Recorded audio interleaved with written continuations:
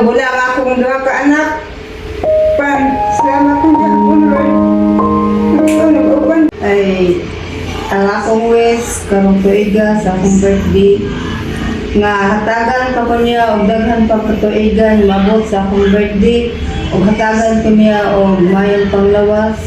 Og ingon man, salamat kay Ginoo bisan tuod ako daghang balatian, daghang sakit. Apan imo gihapon kong gitagaan og kusog aron makabuhat niining mga buluhaton matag adlaw.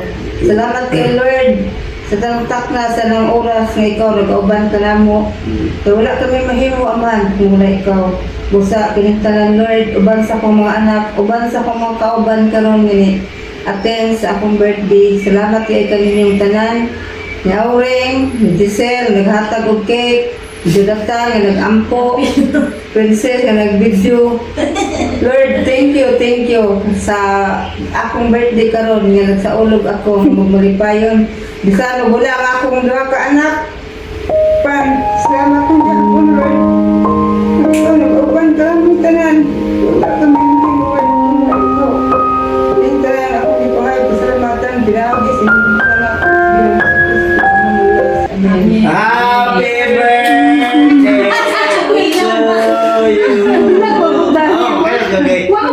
Bisan sa lagyo yung mga anak kay tungkol sa sitwasyon nga mga nabuhi og lagyo. Pero og natrabaho po. Pero pasalamat gyud ko sa Ginoo kay bisan sa lagyo nya uban ang hatag ng uban yung mga anak kung para mahanda niya sa ginagmay, sa presensya, mo greet sa iya happy birthday. Mo na pinagpatante bisag lagyo inka mo karon kung disan mo pero ang mga kasing-kasing nagkukunikta isip ginikanan og mga anak. So happy birthday!